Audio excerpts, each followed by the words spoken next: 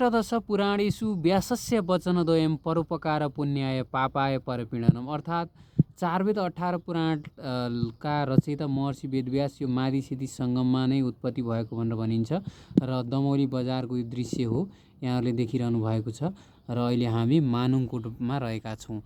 मानुङकोट तनहुँको चर्चित पर्यटकीय स्थल हो। यहाँबाट विभिन्न नदी नाला, त्यस्तै मादी र सेती, अनि त्यस्तै छाब्दी, अनि बुल्दी खोला, साँगे खोलाको दृश्य देख्न सकिन्छ। त्यस्तै विभिन्न समथर भूभागहरू, साँगे फाँट हामीले यहाँहरूलाई देखाइरहेका छौँ। त्यस्तै कलेस्ती फाँट पनि यहाँबाट देखिन्छ भने बैरेनीका फाँटहरू मादीको यो कोरिडोर जस्तो देखिन्छ। मादी निकै नै आकर्षक छ यहाँबाट। त्यस्तै सेती नदीको सङ्गम स्थल पनि देखिन्छ र हाइड्रो पावरको क्याम्प एरिया हामी यहाँबाट देख्न सक्छौँ।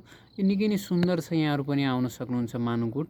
यहाँको कतिचोटि आउनु मानुङकोट कमेन्ट गर्नुहोला। धन्यवाद। जय मानुङकोट।